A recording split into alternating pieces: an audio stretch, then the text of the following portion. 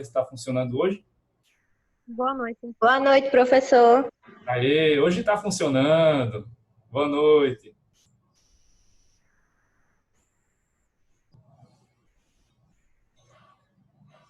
Finalmente resolveu-se o problema do áudio, que eu não estava ouvindo vocês.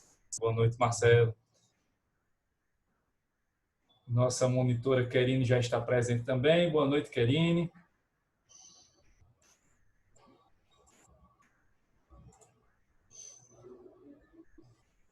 Esperar mais um tempinho para chegar mais gente aí, para a gente poder começar nossa aula de hoje.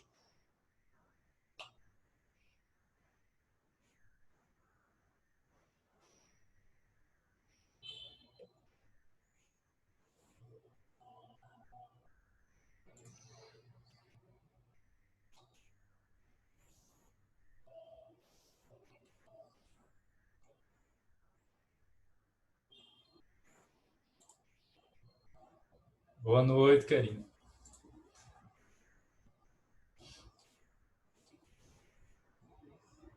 Boa noite, professor. Boa noite. Zilda, né? Boa noite. Isso, boa noite. Hoje está tudo certo, está tudo sob controle aqui. O áudio de vocês agora está funcionando para mim. Estou ouvindo vocês em alto e bom som. Muito bem, parabéns. Boa noite. Boa noite, Thelma. Voltou. Primeiro de tudo, né? Hoje é 11 de agosto, hoje é o dia do estudante, é o dia de vocês. Nosso também, né? Porque quem é professor está sempre estudando aí para se atualizar. Então também é o nosso... Eita, hoje não era para ter aula não, não era? Deixa o dia do professor, né? O dia do professor vai ter um feriado lá na frente, aí já emenda com o dia de Nossa Senhora Aparecida, né? Hoje também é o dia do advogado. Obrigado, Karine, obrigado. É o meu dia, né? Entre os meus colegas também advogados e advogadas que são professores de vocês, também estão de parabéns hoje. E vocês, em breve, né? Daqui a um tempinho, vão estar, né, advogando. Para quem tiver essa intenção, né, de advogar, logo, logo também vai ser parabenizado. Daqui a alguns anos, que chegaram logo, vocês verão. Vai passar no instante. Pois é, dia do estudante hoje, né? E vocês são parabenizados duas vezes, porque o dia do estudante, né, ele é no dia 11, hoje, né? E o dia do estudante de direito também, né, por tradição, é no dia 11, né? Que tinha lá uma prática da Faculdade do Largo de São Francisco, lá em São Paulo, né? Que tinha essa prática, que hoje não existe mais, né? De que os estudantes de lá tinham direito, muito, muito tempo atrás, até de fazer um lanche lá num restaurante próximo e tal, de graça. Claro que se vocês forem fazer isso hoje, não vai ter a mesma consequência. Primeiro que a gente está na pandemia, né? Ainda não dá para ir tanto assim para os restaurantes, mas, apesar de que eles já estão abertos aí, mas hoje não tem mais essa história de pagar, de comer e não pagar, né? Isso aí já passou. Esse tempo ficou para trás. Até porque naquela época eram pouquíssimos estudantes de direito, né? Hoje temos aí milhões de estudantes de direito, né? Pelo menos 1 milhão de estudantes, né? Por alto assim, já que o Brasil tem mais faculdades de direito do que o resto do mundo junto, né? São mais de 1.200 faculdades de direito no Brasil, mais do que a soma de todos os outros países, né? É uma situação bem peculiar que o Brasil vive, né? Pois é, então tá todo mundo de parabéns hoje, né? Ô, professor, desculpa aí eu ter dito não ter aula hoje, né? Porque eu não queria assistir sua aula, não. Desculpa aí, viu? É que se fosse presencial, hoje não teria aula, não é isso? Ah, ia ter. Não tem feriado não no dia 11. Sempre tem aula. Ah, beleza. Tchau. Desculpa aí, viu? Ah, não se preocupe não. Isso aí faz parte. É bom a gente descontrair um pouco, né? Para passar um pouquinho o tempo aí, para passar um pouco essas angústias e os obstáculos que esse ano de 2020 está nos trazendo. É sempre bom, é sempre bom. É verdade. Hoje mesmo o rapaz estava do táxi, de Dublô, ele voltou às Dublô, que o governador liberou dos interior para ir para Maceió, para os outros interiores, né? E eu fui trabalhar. Sim. Aí eu saí do interior para ir para o outro. O rapaz não foi, porque disse que tomou uma diazepam, que estava se sentindo ansioso. Repara, foi para o hospital tomar uma diazepam e cancelou a viagem, porque voltou às do boi e está morrendo de medo da Covid. Aí eu tive que conversar com ele, porque já está no pano, entendeu? Uhum. E nós temos que superar esse momento, não é verdade? Esse é um perigo, né? É um perigo que todo mundo está correndo. Porque esse tempo que a gente fica em casa, né? Todo mundo vai ter alguma sequela, mesmo quem não pegou a doença, claro, né? Nós que estamos aqui, eu acho que, né, ninguém pegou ainda, ou não sei, mas mesmo quem não pegou a doença ainda vai sair com alguma sequela psicológica, né? Isso aqui vai afetar a gente de alguma forma, né? Muita gente está falando que vamos precisar aí de fazer uma grande terapia coletiva, né? Mas é bom a gente se ajudar também, né? Ajudar as outras pessoas que estiverem sentindo algo a mais, né? Porque tem pessoas que estão sentindo em maior intensidade, né? Esses sentimentos, principalmente nesse momento agora de retorno, né? Em que as incertezas são muito grandes, né? E a gente vê aí nos noticiários, né? Notícias vindo de todo lado, né? Teve hoje essa notícia aí da vacina da Rússia e tal, mas é uma vacina que está gerando muitas dúvidas, né? Então, não dá para saber ainda nem com 50% de certeza se vai dar certo. Então, ainda estamos na mesma, né? Não dá para dizer que a gente está perto do fim, não. A gente ainda está no meio daquele túnel escuro, né? Talvez estejamos vendo a luz no fim do túnel, mas não chegamos ainda ao final do caminho. Então, se a gente pode ajudar, né? Vamos ajudar também a essas pessoas, né? Que estão sentindo com mais intensidade esse medo, que é natural mesmo, né? Do retorno aí às atividades, porque a gente está voltando às atividades, né? A gente está vendo aí os setores da economia voltando, mas a gente sabe, a gente tem consciência de que a pandemia não acabou, né? Inclusive está tendo aumento de casos aqui em Alagoas, principalmente no interior, né? Maceió está mais ou menos estabilizado, mas não está caindo, né? Está caindo o número de mortes, mas o número de casos não. E o interior está fora de controle, né? Então, a pandemia não acabou ainda. Então, a reabertura é para ver se consegue aí não provocar a falência geral das empresas e nem o desemprego total, mas não é porque a pandemia acabou, né? A gente tendo essa consciência, fica mais fácil, né, para a gente poder encarar esses desafios, né? Enquanto a gente está aqui na nossa atividade à distância, seguimos dessa maneira também, nos preservando, né? E também ajudando a preservar os próximos, né? As pessoas próximas, para que elas não se contaminem, né? É isso. É isso.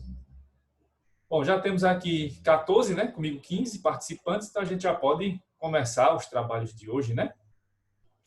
Sempre eu faço aquela retrospectiva básica, né? Para a gente relembrar dos assuntos que a gente viu. Sim, sim, sim. Tá certo, tá certo. Depois vocês passam o que vocês anotaram para elas e eu também, vocês estão vendo que eu estou colocando as aulas sempre lá, né? Para vocês assistirem depois. Inclusive agora eu comecei a colocar as aulas no YouTube, né? Porque o YouTube não tem limite lá pelo menos eu não vi ainda limite mínimo, ou melhor, limite máximo, né? De arquivos. Então, eu vou começar a postar essas aulas pelo YouTube, porque aí vai ficar mais fácil para todo mundo ver, né? Quem faltou para poder ver a aula, né? Não perder o conteúdo todo. E para quem viu, se quiser rever, revisar, pode também rever lá, né? Tá certo? Então, você avisa aí, Zilda, a Terezinha e a Sayonara, e tranquilo, né? Se cuidem aí das pessoas que estão doentes para que elas melhorem logo, melhoras para elas, e se cuidem para não adoecer também, né? A Terezinha é o pai dela e a Sayonara é o esposo. Uhum. Certo, certo. Melhoras para eles, então, e espero que não seja nada grave, né? E que elas também consigam se cuidar e continuar com saúde.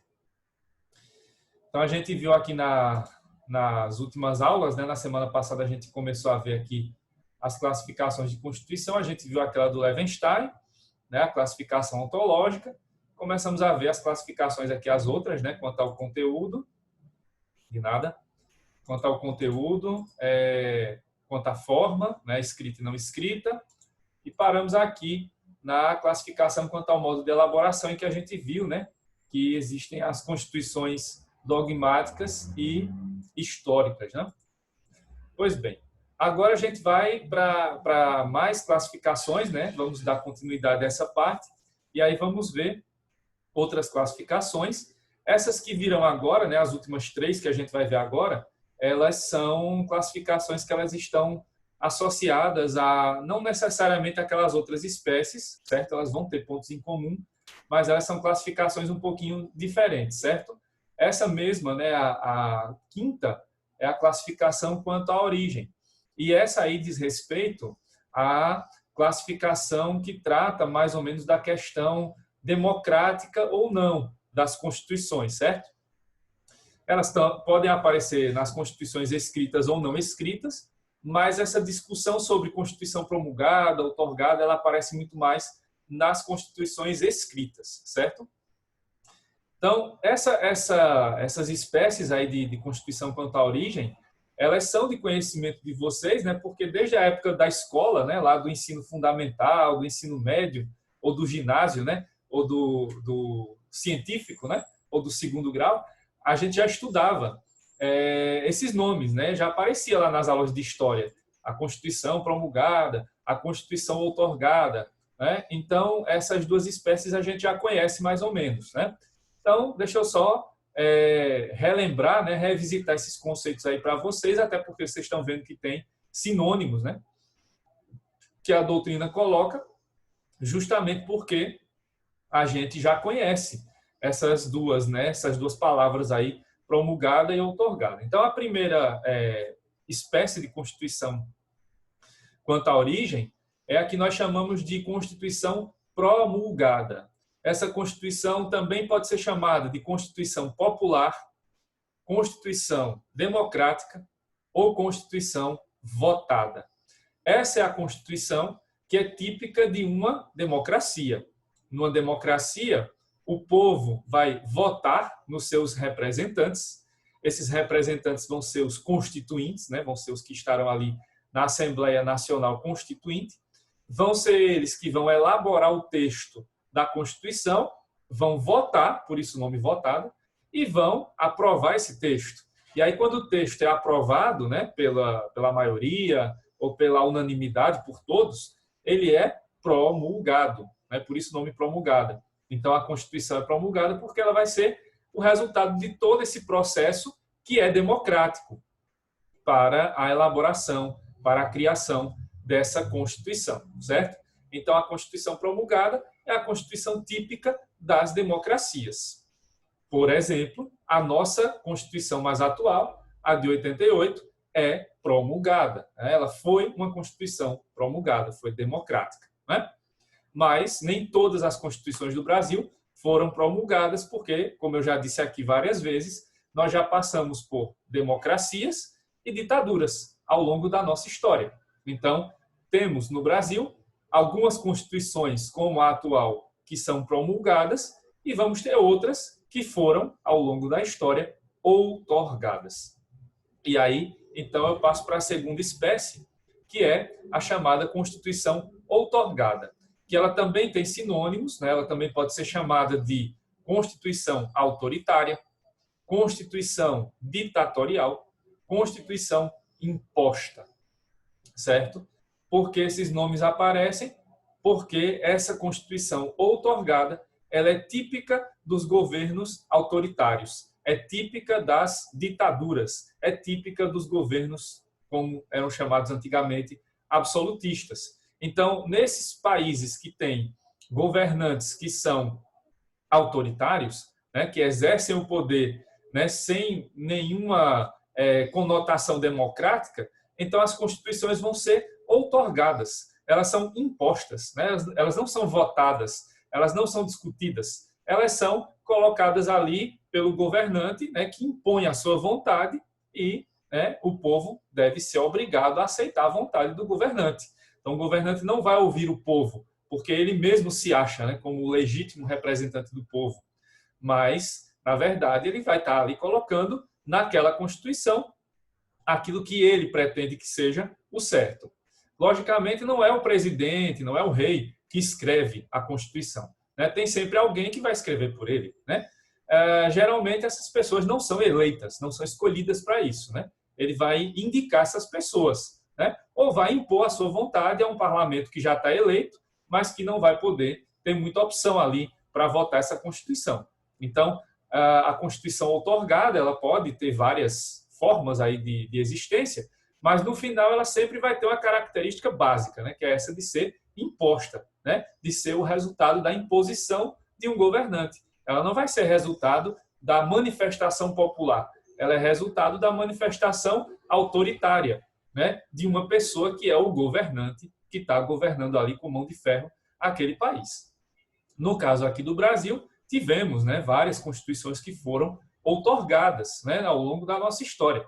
Se a gente for analisar a história das nossas constituições, e faremos isso daqui a algumas aulas, a gente vai fazer esse exercício, né, para saber que Constituição foi outorgada ou promulgada. Então, se a gente vai para a nossa história, a primeira Constituição, a do Império, ela foi outorgada, porque ela foi imposta pelo Dom Pedro I. E aí o Dom Pedro I, ele indicou, né, o que ele chamava na época de comissão de notáveis, seus amigos, né? E aí ele colocou seus amigos para votar e decidir a Constituição da maneira que ele queria, não da maneira que o povo brasileiro queria. Mais à frente, tivemos outra ditadura, já na República, que foi a do Getúlio Vargas, chamada de Estado Novo, em que ele nem se deu ao trabalho de montar uma comissão, ele chamou uma pessoa só, né, que foi o constituinte solitário, o Francisco Campos, que fez o texto da Constituição de 37.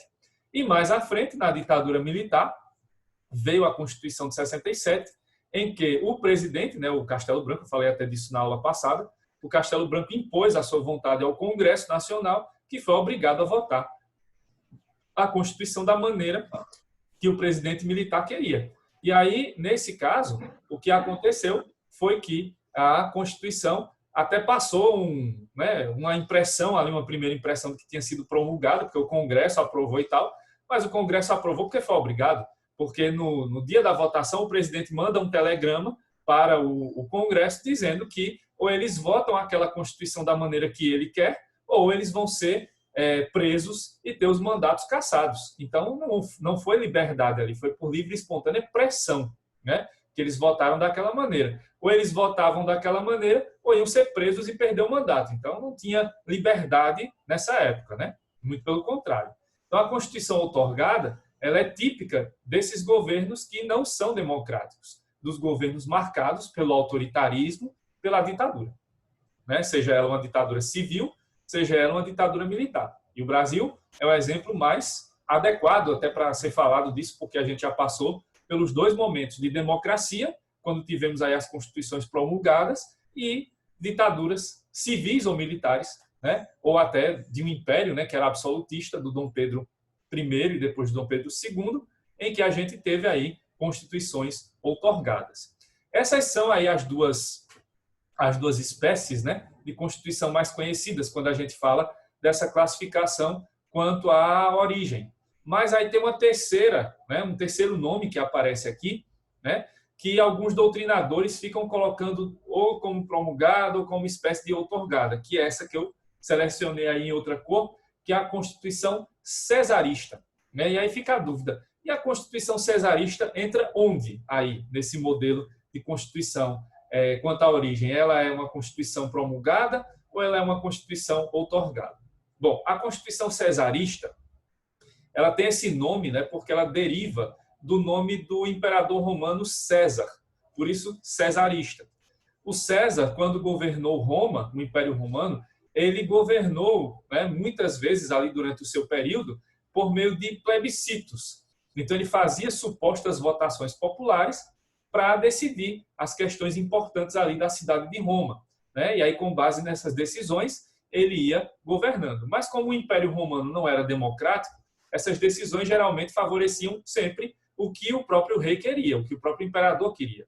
Então, a Constituição Cesarista, ela acaba sendo conhecida historicamente como uma Constituição que tem sempre ali a sua criação ou a sua modificação sendo feita, entre outras formas, por meio de plebiscitos, ou seja, consultas populares.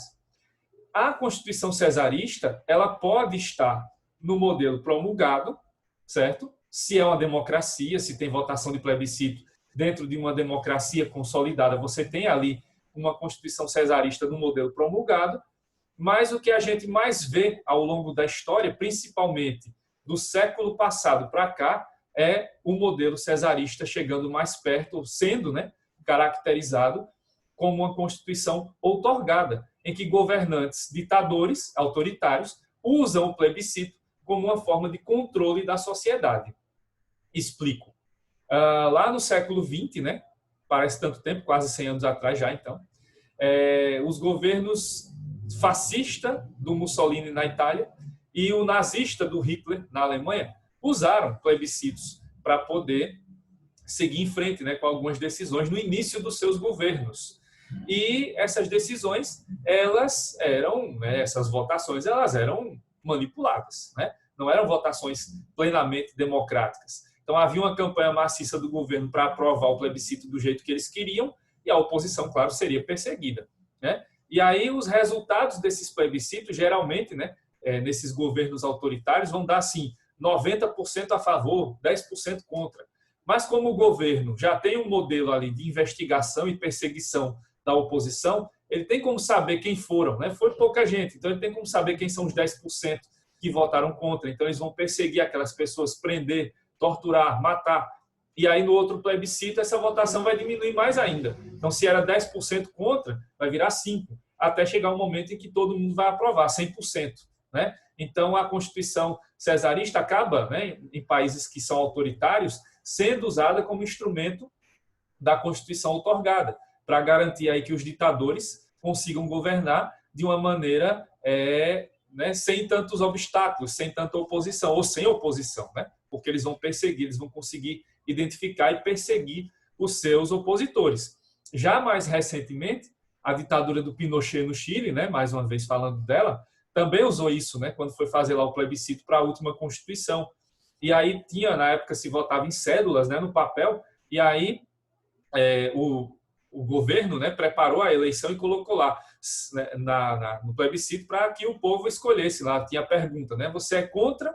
Né, qual a sua posição sobre a Constituição do Chile? Você é a favor ou contra? E aí tinha o sim e o não. O sim era a favor da Constituição do Pinochet, da ditadura, aparecia com um quadrado, né, com um retângulo bem grande, com a bandeira do Chile em cima, né, para o sim. E o não era um quadrado bem pequenininho, todo pintado de preto.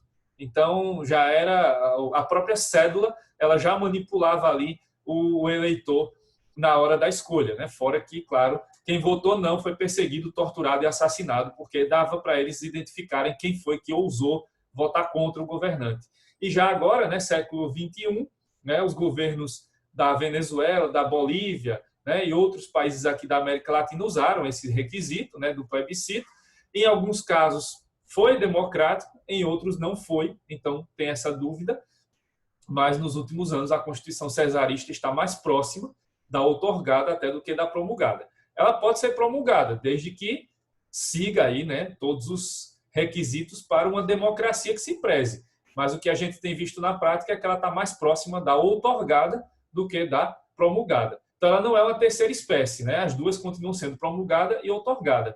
A cesarista, o que ela tem de diferente aqui é que ela pode transitar, ela pode ser, né? Alguns países podem usar o modelo do plebiscito de forma democrática, então a Constituição vai ser promulgada, em outros vai usar de maneira ditatorial, autoritária, e aí vai entrar no conceito da outorgada, certo?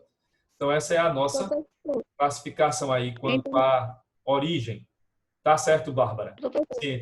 Oi. Então, a cesarista, ela vai de acordo com o tipo de governo daquele país, né? Isso mesmo.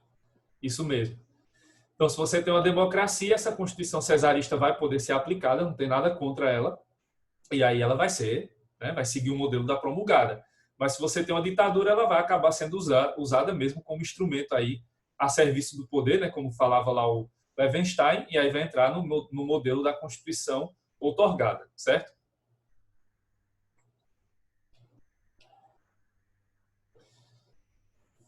Pessoal, tudo certo até agora? Mais alguma dúvida? Tudo tranquilo, professor. Beleza. Olha, hoje você já viu que está funcionando o áudio, né? Tudo beleza, tudo tranquilo. Tá ótimo. Tá certo. Bom, agora a gente vai para a sexta classificação, né? Que é quanto à extensão. Essa aí vocês, se vocês já estudaram em algum momento da vida direito constitucional, por curiosidade, vocês já ouviram falar disso, né? Ou até, né, essa distinção é muito feita aqui numa comparação entre Brasil e Estados Unidos, né? Então é a Constituição quanto à extensão, é quanto ao tamanho dela mesmo, né? E aí esse modelo ele se enquadra nas constituições que são democráticas, perdão, nas constituições que são escritas, não necessariamente democráticas. Então, todas as constituições escritas, elas vão entrar nessa classificação, certo? Então, ela não vale essa sexta para a Constituição da Inglaterra, do Reino Unido, da Nova Zelândia, porque elas não são escritas. Então, não tem como a gente medir o tamanho da Constituição, porque elas não vão poder ser, né, determinadas quanto à sua extensão. Então, aí, a gente só separa as constituições nessa sexta classificação no caso das escritas, porque a gente, num texto escrito, consegue ver, né? Consegue ali determinar o tamanho dessa Constituição. Então, a gente tem aí dois tipos de Constituição, né? Quanto à extensão, quanto ao seu tamanho, né? Do texto escrito. E aí nós temos a primeira espécie, que é chamada de Constituição sintética. E aí eu estou sempre apresentando para vocês, como vocês já estão vendo, os sinônimos, né, que geralmente lá nos concursos também são pedidos. Então, a sintética também pode ser chamada de concisa ou resumida, certo? Por quê? Porque essa Constituição, ela é pequena, ela tem uma extensão pequena, ela é uma Constituição resumida, ela tem poucos artigos. Ela é uma Constituição que tem um texto geral, né, mas esse texto ele está ali descrito em poucos artigos, ela é pequenininha, tem algumas páginas só. E aí sempre a gente usa, né, para falar dessa Constituição sintética, o modelo dos Estados Unidos, porque a Constituição norte-americana é o exemplo clássico, né, da Constituição sintética, porque ela tem poucos artigos e um texto pequeno, né? Se você pega a Constituição americana, tem pouquíssimas páginas, né? Nem chega a 50, muito menos do que 50. Então é um texto bem resumido, bem conciso, né? É sintético. Então, as constituições sintéticas elas têm um tamanho pequenininho, né? Porque elas não têm um texto longo, né? Elas têm um texto geral, porém é um texto que é resumido, né? Você encontra ali todas as normas que tratam da organização do Estado e da sociedade em poucos artigos, num texto pequeno.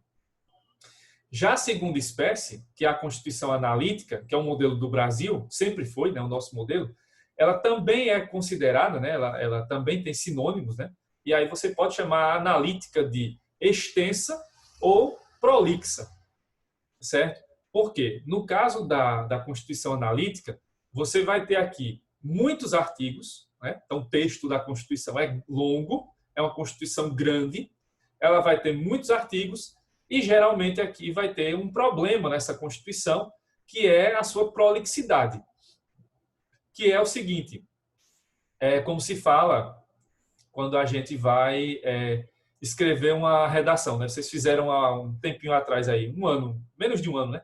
Vocês fizeram uma redação aí para entrar na CEUNI, creio eu, né? Na prova lá do vestibular. E aí, quando você vai escrever a redação, sempre tem aquela dica, né? Seja claro, seja objetivo, porque quanto mais você escreve, mais chance de errar você tem. Então, aqui pode acontecer isso, né? Então, quanto maior for o texto dessa Constituição, maior vai ser o risco de você ter algum erro, alguma questão que precise ser modificada com o tempo. Então, é por essa razão, e entre outras coisas, claro, mas essa é uma das razões pelas quais uma Constituição extensa vai ter muitas emendas, que é o caso do Brasil, né? Que já vai com 106 aí, se já não chegou a 107 emendas, enquanto a Constituição americana tem 27. Né? E a Constituição americana é do século XVIII, né? Então já vai aí com séculos de existência, enquanto isso a nossa tem 3 décadas de existência e tem 106, pelo menos, 106 emendas. Né? Então esse é um problema que aparece, que pode aparecer numa Constituição analítica. Nem todas são prolixas, mas existe o risco, né, de que quanto maior seja esse texto, de quanto mais artigos existam nessa Constituição, maior vai ser o risco de ter algum erro, de ter alguma questão que precise ser modificada. Então, muitas vezes, se faz emendas no Brasil para se fazer alterações necessárias mesmo, porque o texto, né, é muito longo e tem lá, inclusive, questões de datas específicas, né? Tem que ir até o dia tal do ano tal. E aí, se você quer continuar com aquele benefício fiscal, com aquele incentivo, com aquela regra por mais tempo, tem que mexer na Constituição mesmo. Isso você não encontra, por exemplo, nas constituições sintéticas, porque eles não vão estar se dando ao trabalho de colocar datas precisas, né? Eles colocam textos mais gerais, que vão ter uma abertura maior e que vão poder ali, né, em poucos artigos, em um texto pequeno, já corresponder às expectativas, né, que se esperam de uma Constituição. Então, aí é o exemplo, né, de comparação mesmo entre Brasil e Estados Unidos. A Constituição norte-americana, eu falo no singular porque até hoje só é uma mesmo, essa Constituição é sintética, resumida, e a brasileira, ou as brasileiras, sempre foram analíticas, e aí eu falo no plural do Brasil, porque justamente todas as constituições do Brasil, pelo menos 7, né? Aí depois a gente vai ver se são 7 ou 8, mas pelo menos 7 são analíticas, porque todas as constituições brasileiras sempre foram extensas. E aí o tamanho vai aumentando, né? À medida que a gente vai construindo novas constituições, vamos colocando mais artigos. Então essa de 88 é a maior, né, de todas. Mas as outras também eram grandes, tinham mais de 100 artigos, né? A de 1824, a do Império, tinha quase, se não me engano, tinha quase 200 artigos já, né? Então, as constituições brasileiras sempre foram marcadas pelo seu tamanho bastante extenso e, claro, pelo risco, né, de serem prolixas, ou seja, de não trazerem ali tantas soluções claras e objetivas, né? Então, essa é a classificação quanto à extensão. Mais uma vez lembrando, só vale essa para as constituições escritas, porque só podemos medir, né, o tamanho de uma Constituição se a gente tem um texto escrito para fazer essa comparação. É um texto pequeno, é um texto grande, né? Tem muitos artigos, tem poucos artigos, é aí que a gente pode enquadrar na Constituição sintética, modelo dos Estados Unidos, ou na analítica, que é o modelo que o Brasil sempre adotou. Certo? Ficou clara aí essa sexta espécie, ou essa sexta classificação? Tudo certo, professor. Tranquilo. Beleza. Bom, vamos passar para a última classificação, a sétima, que é a mais famosa, né? De todas as classificações. Eu deixei essa por último, né? Porque ela é justamente a mais famosa, a mais usada, né? Que é a classificação quanto à estabilidade, certo? Essa classificação é muito usada pela doutrina, por toda a doutrina, né? Ela vale tanto para as constituições escritas quanto para as não escritas, e ela vai ter 3 espécies, né? Porque vai ter uma espécie que vai estar no extremo, outra que vai estar no outro extremo, e vai ter uma que é um meio termo aqui, né? Que vai pegar um pouquinho das duas, né? Dos dois extremos. Então, essa classificação quanto à estabilidade, ela trata das constituições quanto à sua maior ou menor possibilidade de mudança. Por isso, estabilidade. Então, para quem cria, né, os autores que seguem essa classificação, e todos hoje seguem, eles levam em consideração a maior ou menor possibilidade de mudanças, e na visão deles, isso pode gerar mais estabilidade, né, no caso de uma Constituição que muda pouco, ou menos estabilidade, né, ou a instabilidade, no caso de uma Constituição que pode mudar muito, certo? Só que aqui vale uma ressalva, né? Vale aqui um ponto de atenção importante. Por quê? Vocês vão observar que aqui ocorre, né, vai acontecer aqui nessa classificação, uma diferença entre a teoria e a prática, certo? Porque na teoria, essa classificação vai ter um posicionamento específico, né? Vamos ver na teoria que um tipo de Constituição é o mais difícil de ser mudado. Mas, quando a gente for falar da prática, isso vai virar de ponta cabeça. Porque aquela Constituição que seria a mais difícil de ser mudada, na verdade, vai ser a mais fácil, né? Em comparação com as outras na prática. Então, aqui vocês vão observar bem, né, essa diferença que pode existir aqui entre teoria e prática, né, que eu vou mostrar a vocês como vai funcionar. Só que vamos por partes. Primeiro, eu vou mostrar como funciona na teoria. E depois, isso é um dos requisitos, né? Isso, Marcelo. Isso, já eu confirmo essa questão. Então, na teoria vai funcionar de uma maneira, né? E na prática funcionará de outra. Primeiro, vamos ver a teoria. Então, vamos ver aqui, né, agora, na sequência, como funciona quanto à teoria, tá? Então, quanto à teoria, na teoria, quanto à estabilidade, a primeira Constituição, a mais difícil de ser mudada, na teoria, é a rígida, certo? Então, essa é a primeira espécie. Constituição rígida. Ela é rígida por essa definição aí. Essa Constituição é rígida por quê? Ela somente é alterável mediante procedimentos mais complexos que os de alteração das leis ordinárias. Em tese, na teoria, ela é a mais difícil de ser modificada, certo? Então, essa Constituição rígida é vista como a mais difícil de ser mudada. E aí, uma observação importante. Aqui não tem Constituição, você não vai encontrar uma Constituição que não pode ser mudada. Todas as Constituições podem ser mudadas. Esse é o primeiro ponto, né? Qualquer Constituição pode ser mudada, certo? Não tem Constituição imutável, né? Que eu vou falar isso já no final, para deixar bem claro. Mas já para começar aqui a conversa, né? Não tem Constituição, não existe Constituição fixa, imutável. Todas podem ser modificadas. O que vai separar aqui as espécies é a possibilidade maior ou menor de mudança. E na teoria, essa primeira é a que tem menor possibilidade de mudança. Por quê? Porque ela só vai poder ser alterada por meio desses procedimentos que são mais complexos. E que procedimento é esse? O Marcelo já lembrou aqui, né, que ele falou aqui, colocou no chat reservado.